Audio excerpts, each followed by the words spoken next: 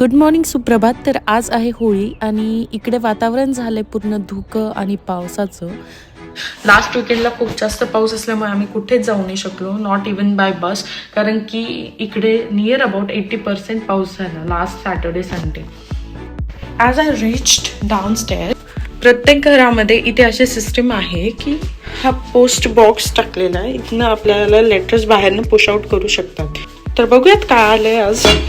तर as I open this paper I found that की आमचं कारचं इन्शुरन्स आले आणि मी खूप जास्त खुश आहे. फायनली आम्ही आमची गाडी घेऊन कुठेतरी फिरायला जाऊ शकू, बिकॉज आम्ही जोपर्यंत इकडे असं आहे, जोपर्यंत आपले इन्शुरन्सचे पेपर, रोड टॅक्स सर्व क्लिअर होत नाही तोपर्यंत आपण गाडी रोडवरती नेऊ शकत नाही. असे रूल्स इकडे आहेत, ज्यामुळे खूप जास्त सेफ्टी कॅरी केली जाते. तर बोलता बोलता जेवणाची वेळ झाली आणि मला पराठे खाण्याची खूप इच्छा झाली. सूरज ऑफिसला गेले तर आय मेड पराठास.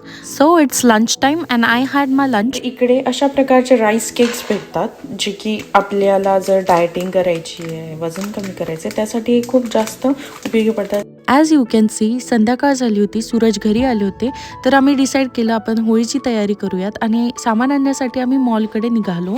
त्यानंतर घरी आल्यानंतर आम्ही दोघेही खूप छान प्रकारे रेडी झालो.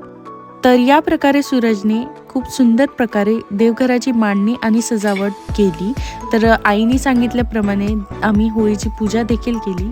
त्यानंतर आम्ही नैवेद्य दाखवला आणि पूजा करून होळी दहन केले आणि या प्रकारे आमचा होळीचा दिवस हा खूप सुंदर प्रकारे स्पेंड झाला. आणि मग आम्ही काही सेल्फीज काढले, पूजा केली आणि ही फोटो, बिकॉज आमच्या घरच्यांना खूप इच्छा होती की आमची फॉरेनमधली पहिली होळी कशी होईल, तर आम्ही त्यांना हे फोटो सेंड केले and this was our gallery. So तुम्हाला आमचे व्लॉग्स आवडल्यास लाईक, शेअर, सबस्क्राईब करायला विसरू नका.